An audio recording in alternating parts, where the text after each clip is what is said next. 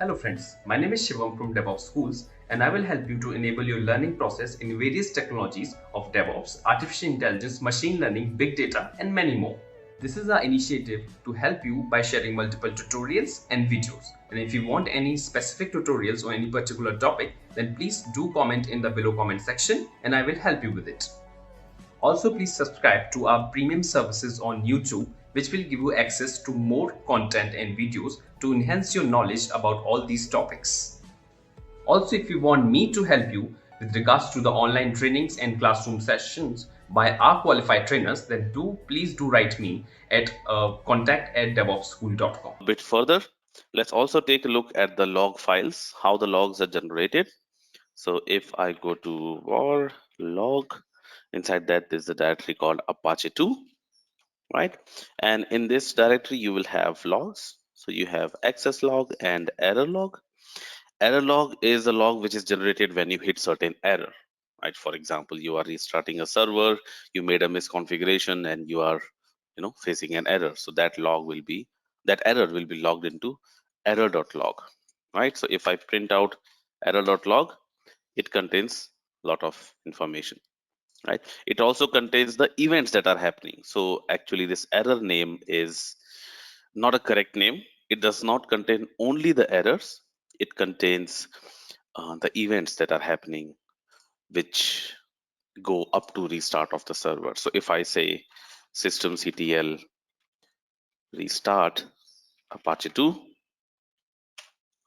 it's going to restart the server, and this all events will be logged into error.log, right? So you can see here it got sigterm and it's shutting down, and then it executed user spin Apache2 to start our service. So all these system events or this application level events are also logged into error.log.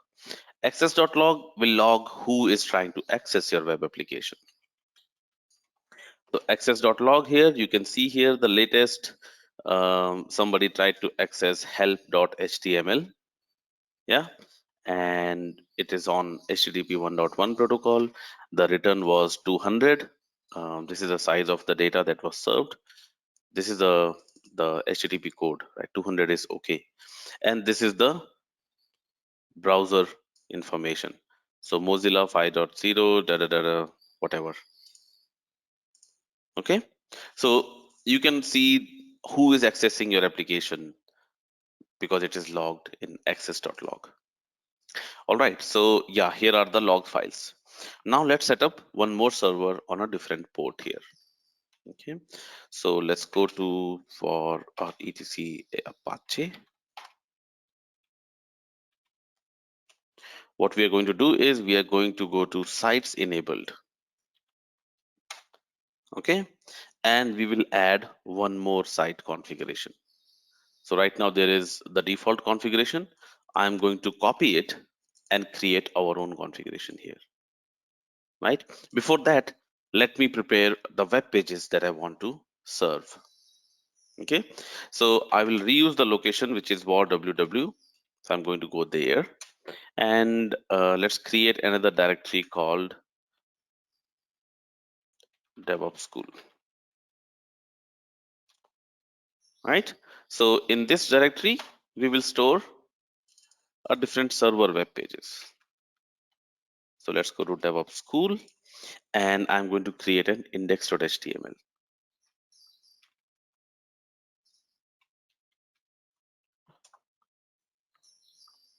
Right, and I will say, let's do h1 hello from DevOps School. I just want to serve this. This is the web server which I want to serve, and I'll save it. Right, so I have my index.html in my directory, and I have var www DevOps School as the storage of my web pages. Right, maybe I would also create another well, let's do that later. Okay, so var www DevOps School, All right, let's go to etc Apache 2 and sites enabled. Okay, and we will create one more site. Let's call it as 001 underscore devopsschool.conf. We can give any name that we want, but we have to ensure that .conf is the extension so that it can be loaded in the Apache configurations, right? And then I will write my virtual server. So I say, just give me 1 second.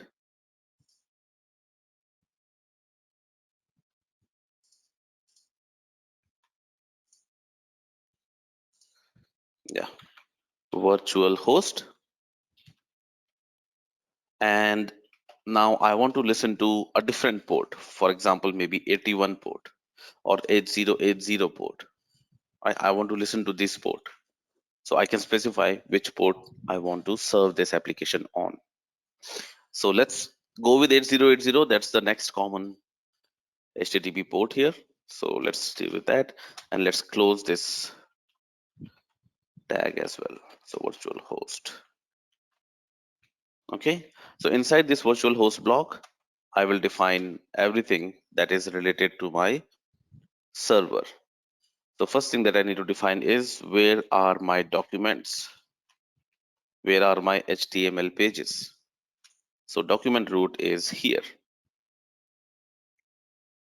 right? We can give it in double quotes as well, not mandatory, but we can, it's always a good idea. Then who is the server admin? What is the email ID of the server admin? So I can say someone at somewhere.com.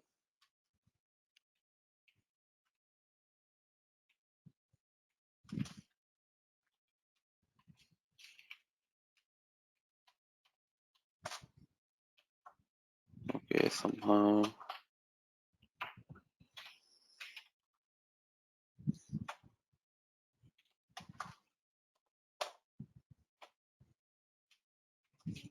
Yep, this is my server admin.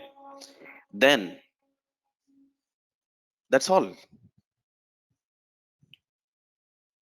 Yep, actually this is all. Can we define something else? No, this is fine. Yeah, I'll just save it. Now I added one more configuration to our server here.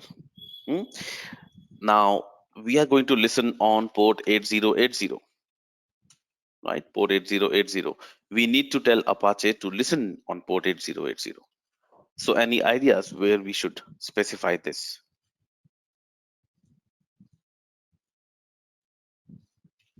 We talked about this in the beginning. Maybe you guys forgot it by now. Apache2.conf.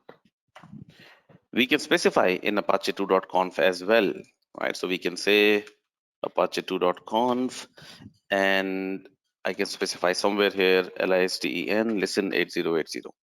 This also will work. This will work fine. But as per the conventions, we can specify it in ports.conf because this is also included, right? So I open ports.conf and here I can specify a listen address, right? So I can copy it and I can say listen on port 8080 as well. Okay. So, yep. And let's see if our configurations are correct. So for that, we can say Apache2-T, verify if the configurations are correct. So it gives some warning, which is fine. Yeah, some warning, it just, this is okay, right? This is okay. Default runtime dir, Apache run dir. We can set up this environment variable and we should be okay. So let's fix this. Apache run dir is war run Apache 2.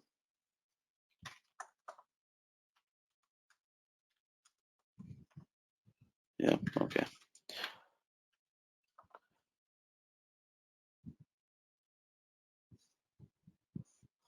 Okay, anyways, let's forget it because this is the warning, some configuration is missing, but this is missing since the beginning, right? This is not added by us, so should be okay. We don't get any other error, so it's fine. I will restart the service. So if I say systemctl restart Apache 2 and done, let's see the logs if we get any errors in the logs. So I will say cat or tail. Let's tail the logs. Var log Apache 2 error.log and no errors. Right, so server has started. Let's try to see if we get something here. 8080. And what do we see? Hello from DevOps School. So like this, we can specify multiple servers, virtual hosts, which is called on our single server, right? So now you can add 10 or 20 different ports and serve different websites here.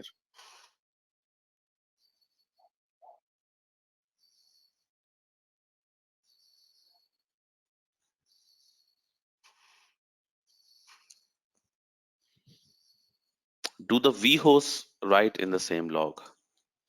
Well, it's a common log, right? But we can specify if we want the vhost to write to a different logs. Also, we can specify that, right? So let's say,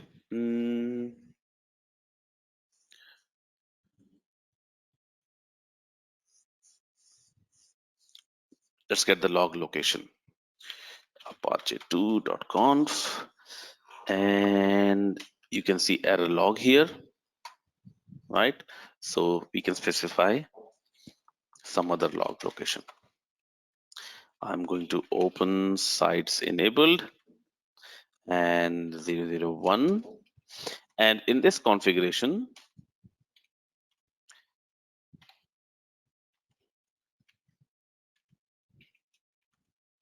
I can specify that error log should be Apache log dir, and then let's give it a name, vhost underscore 8080 or 001.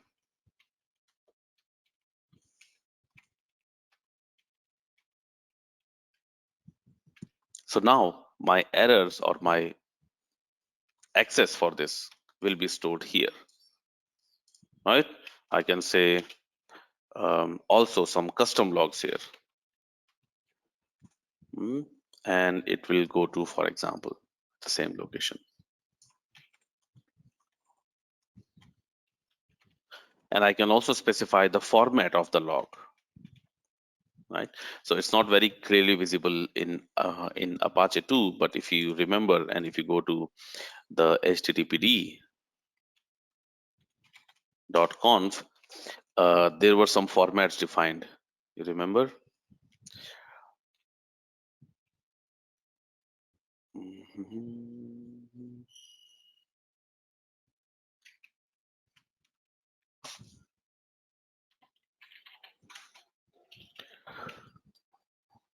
Just give me one sec. Let's find out. Yeah, so you have this log formats and these are defined as common or combined and things like that. So they're also available in our Apache too. So I say have a format common and log in this. Save. Let's do -t, no errors, and let's do a restart. All right, so now our service is restarted. Let's hit it multiple times. Go back, go forward, go back, go forward. And let's check out the logs.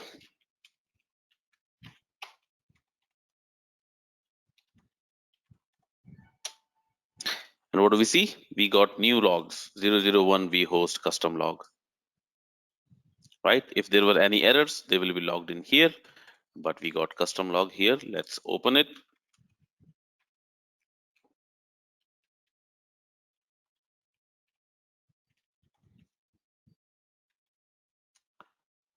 and you can see that there were some GET requests on our vhost, right? This log format is different from the other access log because we have used a different format called common. But yeah, you can specify your custom logs. Okay. Also, there is one more configuration that you can specify. For example, you can say sites enabled 001. And here you can say, well, I don't want to serve the default index.html or index.php. I want to serve some other file. So I can say directory index as myindex.html, for example. Now, instead of serving the default index.html, which is defined under the conf dir, remember, it will serve myindex.html, right? So let's create a myindex.html. Well, I mean, let's reload it first, restart the service. And if I go to my application now here and browse on 8080, it will not display anything because it does not have myindex.html, right? So it does not know what to do. So it will just display the file content here, okay, or folder content.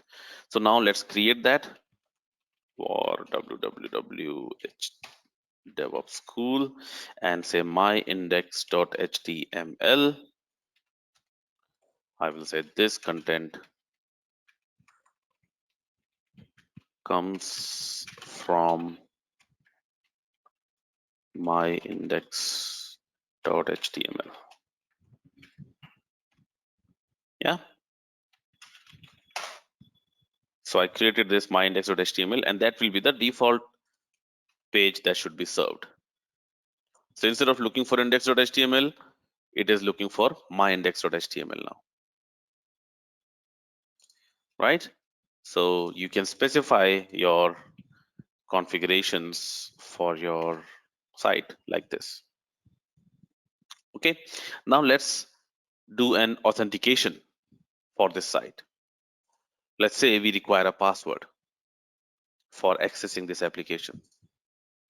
All right, so let's add authentication. I will say now for this document root or for this directory, which is this one which we are serving,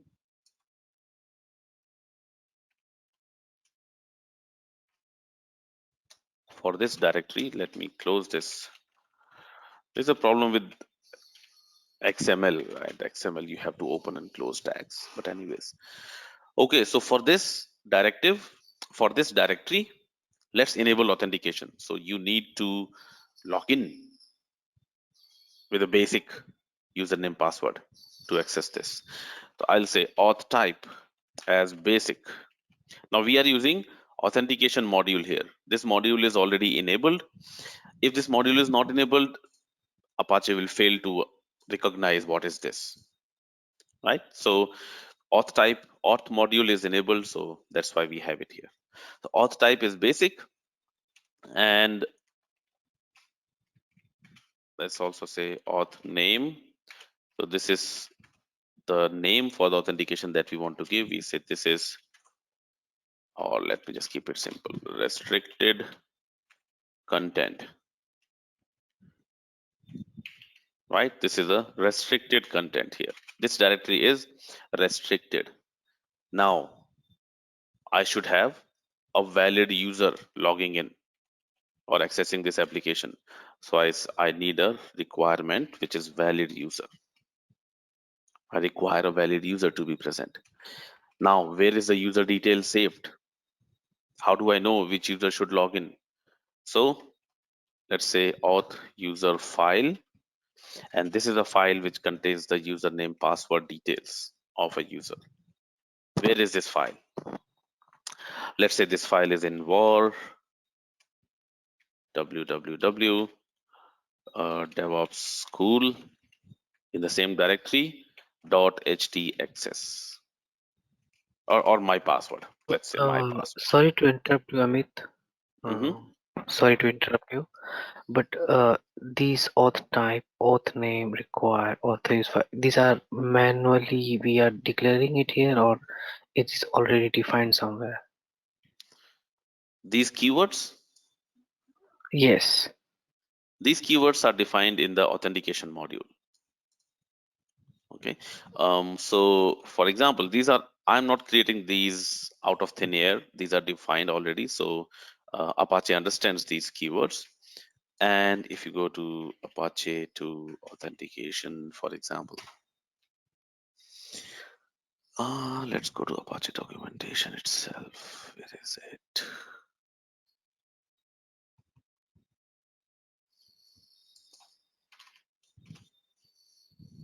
Yeah, so if you go to Apache 2, Apache documentation, and go to authentication and authorization. So these are the modules which are required, right? So auth basic, auth digest. So we are going to use auth basic module, right? So, and it specifies these names, auth type, auth name, right? Require. So these keywords are coming from these modules. Okay. Okay. And if you Yeah. go back, Okay. Thank you. yeah. And also in the documentation, you will see exactly what I'm doing here as well as an example here. All right. So this is the exact example which I'm using here, for example. This is optional, but yeah. Okay. So Okay. I'm going to Thank you. say, yep, thanks for the question. So I will say now that my user information or login information is available in auth user file. Okay. So what is an auth user file? Well, we have to populate it with the user information. But now this is done.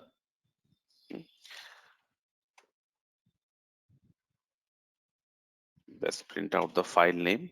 So this is the file where my user information is residing.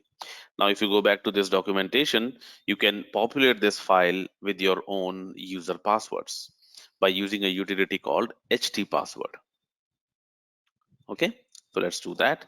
Let's say htpassword, and which file? Let's specify the file that in this password I want to store the credentials.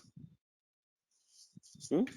And the username is, for example, Amit. Now it will ask for a password to be set up here. I set up some password, and the details, the username and password details are stored in this file. Now I'm referencing this file in my authentication block. So whenever somebody tries to access the document under war www DevOps school, they will be prompted with a password prompt because I am restricting the access and I require them to log in from the password list available here. Okay, make sense? Let's restart. Yes, And this please. password file will be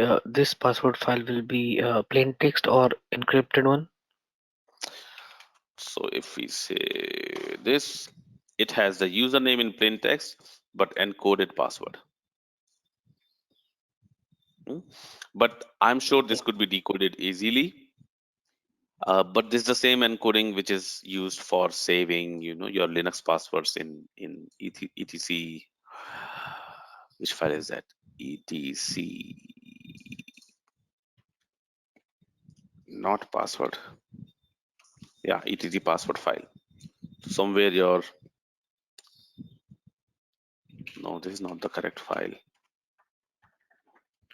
Does anyone remember where are the default passwords stored for users?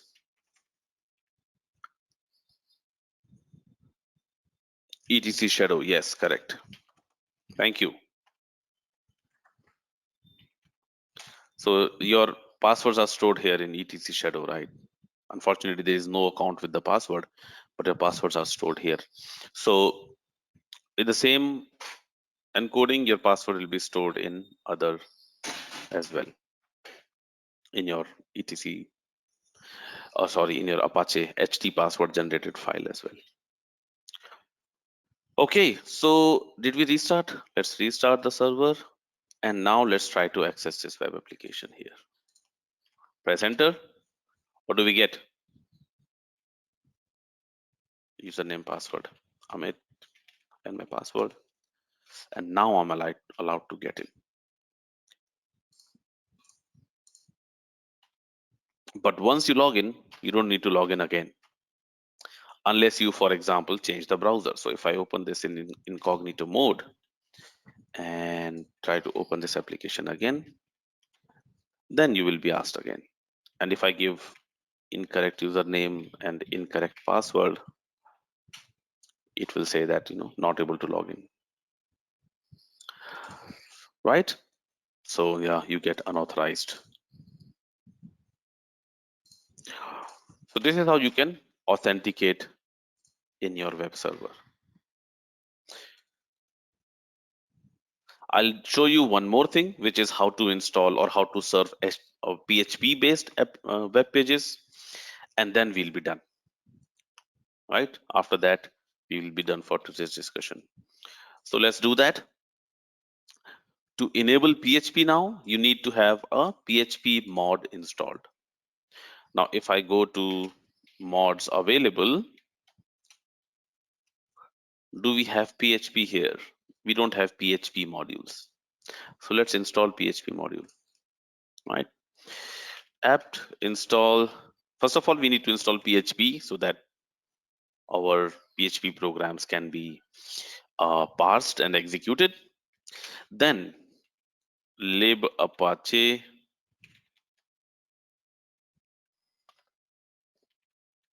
/mod/php. I want to install this as well, and that's all. Unable to locate lib apache mod php. Okay, let's just install PHP and see if it installs the mod as well. Yes, please. So we are installing PHP here, and it is installing the mods in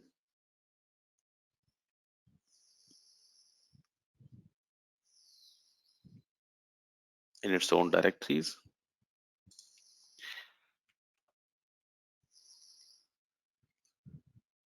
And you can see in etc Apache 2 mods available, it has also installed the PHP modules. And hopefully in the mods enabled directory as well, it would have enabled the mods. So you can see here now the PHP module is installed and enabled. Right? What goes in this PHP module? It just tells, what is your PHP and how to work on it. Something like that. So if the PHP, if any files ends with .phar, .php, .html, then set this directory handler and blah, blah, blah. Yeah. Okay. So no need to go into much details, but installing PHP will also enable PHP support on HTTP server. All right.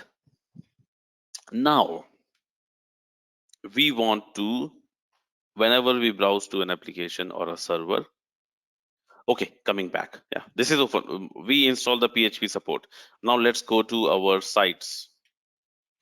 Sites enabled.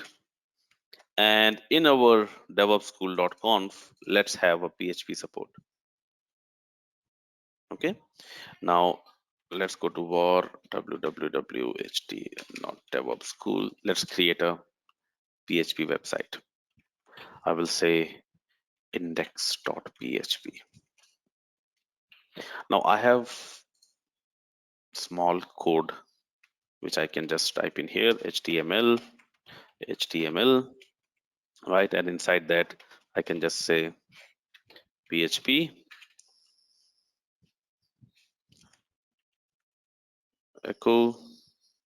Just give me a sec, guys.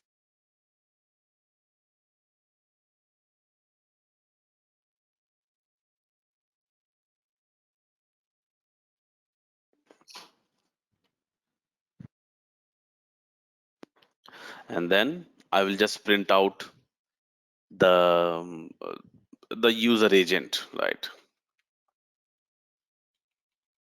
So you don't need to know PHP here. This is just some code which I am printing out here.